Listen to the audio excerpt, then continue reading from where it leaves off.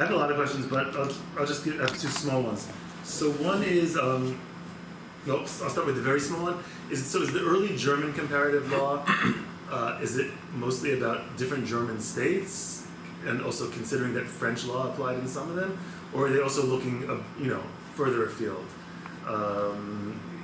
That's number one. Number two is, so you started off talking about the general intellectual context of comparative sciences in general, and you mentioned Montesquieu, and then you sort of moved over to the social political context of nationalism and so I was wondering though, so sticking on the intellectual side, is there a deeper history here? So you mentioned Montesquieu, so what's the connection between Montesquieu and the 19th century comparativists?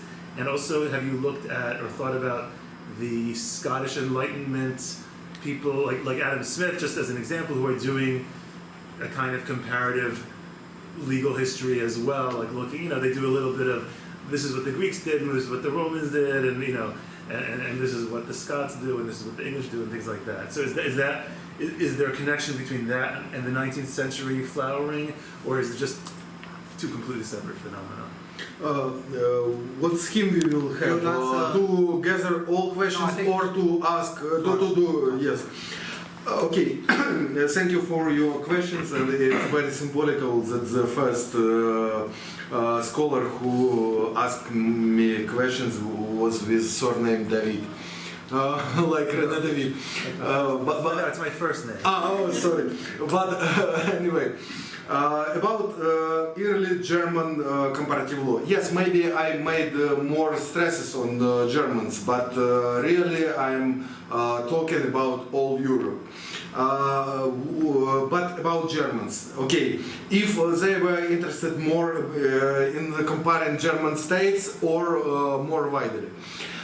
There were two approaches, starting from the theoretical approaches. For historical school of Savigny, Pourtat, and Pourtat was not pure historical school, but anyway, of Savigny and his school, just not to swim in the discussion. For them, most important is to compare the law of Germanic states, not German, Germanic states. This idea of this special in law, circle of nations that have one origin, Germanic origin. So, and they understood the difference. For Germany they used Teutonic or Deutsch, and Germanic meant wider space of people who were historically connected with Germans and with Germanic tribes and so on. So for Montesquieu, for Savigny, the most important is the comparison of Germanic people, and less important is the comparison of law of people who are connected or neighboring to Germanic people. And the other approach of historical philosophical school, of Thibaut, of Feuerbach, of many others, is to compare every people and the equal value of the experience of any people, any religious tradition, every national traditions. So they, they were like different sides, but of the same process. And if you will see, for example, university courses, many of courses are dedicated to comparison of law of German states, and it's absolutely stressed. The course could be named the comparison of fiscal law of German states, or the comparison of land law, the law of obligations, other things. A mass of this course, enormous mass of comparative courses. And the same about religious law, comparison of canon law of different confessions in Germany. But in the same way, in the same time. A part of courses are country law courses, so course on Danish law, or course on French law, or on English law. These courses were popular, or just courses like comparative criminal law, for example, and comparing with France, and sometimes even it was stressed, comparing with France, with England, with Italy, different things. So this comparative element in programs of German universities, for example German, because you named German, was very deeply established. In Italy, for example, there were some claims to make a legal education comparative, but they were not so much realized. The same in France, especially because France got its own codex, and it was so proud of this codex, and what you can do with this codex, just comment this codex, because the codex is ideal. What you can add to this codex? Nothing. Who are you to add something to this codex? And who are Germans, Italians, or somebody to speak about law when we have ideal law? And about the deeper context, yes, the context is very interesting, and the context is very deep. And for example, let us take brothers Gumboldt at the beginning of 19th century, and their works, one of the brothers working in biology and forming the idea of world picture, so like comparative interpretative scheme of the world. It's not just mirroring, but conceptualizing the process in the very sphere of biology and classification and other things. Other brothers doing the same for languages, for linguistics. It's just an example. For example, Goethe was not only known poet and not only lawyer, he was professional lawyer, but also biologist. And he wrote works, and quite good works, on classification of plants and other things. So all these ideas of comparative sciences or comparative disciplines or comparative approaches in all possible sciences were very popular and very deep-rooted in that time. And if you have no philosophical, metaphysical denominator, so what you can do? You have to build any science from the ground. So you have to build it with empirical studies, then with comparison, and comparison creates the theory. Comparison creates this interpretative analytical scheme, like world picture in this discipline, for example, in biology or in linguistics or in law. And of course, law was more the receptor of schemes, especially from biology and especially from linguistics. And the same from economics. You mentioned Adam Smith. We know him more about as an economist, but he was not only, but yes, from history. So it recepts the ideas of identicality of cultural development and law development, for example. And language development is a part of cultural development. So the idea, the presumption of the possible legal families was taken from language families. But it's not a secret. This is quite known. So maybe other people want to ask questions. German comparatists, it's first of all nice to see you. Good to Yes, see you, Oleksiy, after a long time. And I'm glad to see you in good shape. Thank you. It seems to me that most German scientists, jurists who did the comparative law, did it with a certain purpose. I mean, if you take Savigny, and he also published the great history of Roman law. And then came the Pentictists, who really studied the different institutions of the law, and these were the first building blocks for later on studies that brought about the German BGB, the civil code, the German civil code.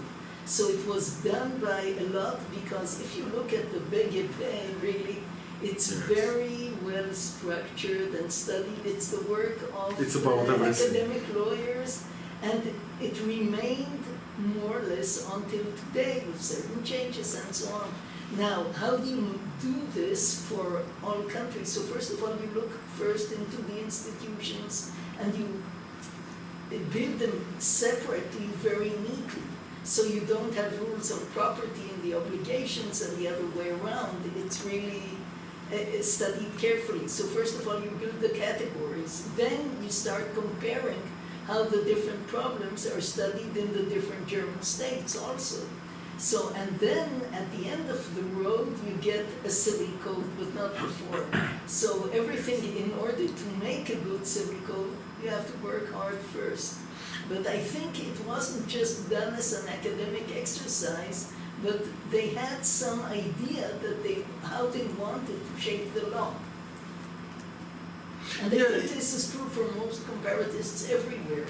Yes, of course, and you know, maybe Savigny was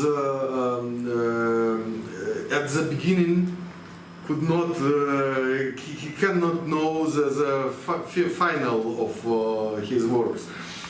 He was sure that he can distinguish German customs law, and he can distinguish not just a system, not taking a system, just a system of Roman law, but the Roman law, how it used in Germany.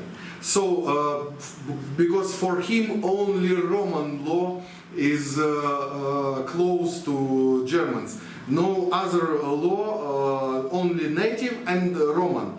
Other law, but sometimes he called the Roman law a cancer.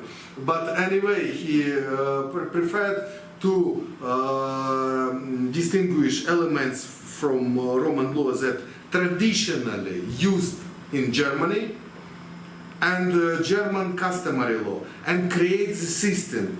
But finally, the system, yes, is closed, and the same time it's not close to the classical, not the same in the classical Roman law. You meant this? And yes, of course, he thought that the law has to be formed organically from the beginning. And not only him, also Hungarian code was formed in the same way, and Serbo-Croatian, really Croatian code was formed in the same way as Savigny proposed. I want to give a chance if people in the... We can't hear you, maybe you... Just a minute. Can you try now? Yeah. Yeah. Can you hear me? Yeah, just... Do you hear me now? Yeah. Yes. Yes. Okay, right. Thank you, Oleksiy, for such a wonderful presentation. So my question, given that it is the last question, so I obviously have more, but I will ask the most important one.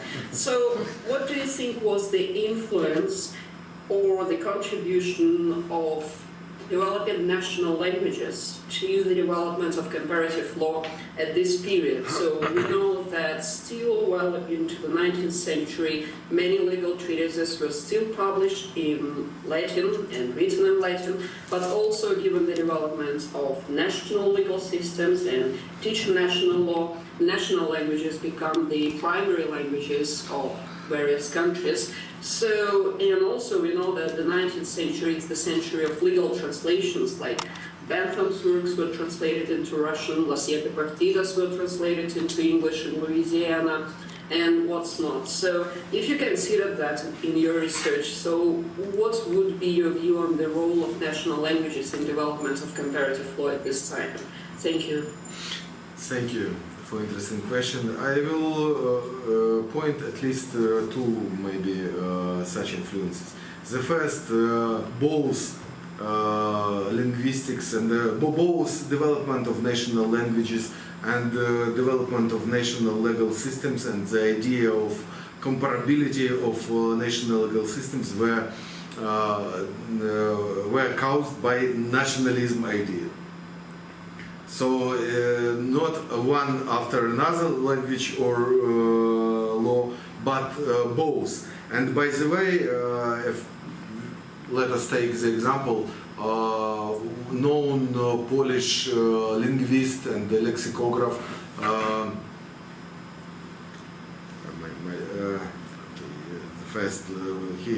he wrote the first Polish language, and at the same I remembered him 1 minute ago. And at the same time, he wrote a large, extensive work on the identicality of legal and linguistical development of the nation. It's not me, I'm not claiming for identicality of this process, of this side of national life, life of the people. But anyway, and maybe the second influence is publication of sources, and of course this translation process that polished the terminology and also the legal terminology at that time, and made possible to understand different meanings of the seemingly the same words in different languages, and to understand that the same terms used in Latin in different countries have different meaning in essence.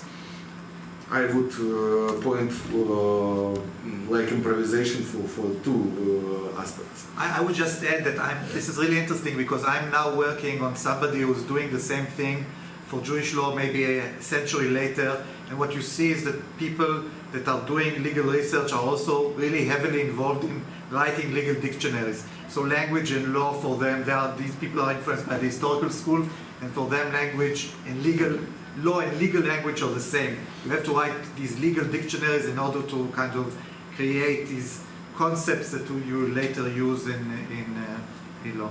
So I think our time, unfortunately, our time is up. Thank you. So thank you, everybody.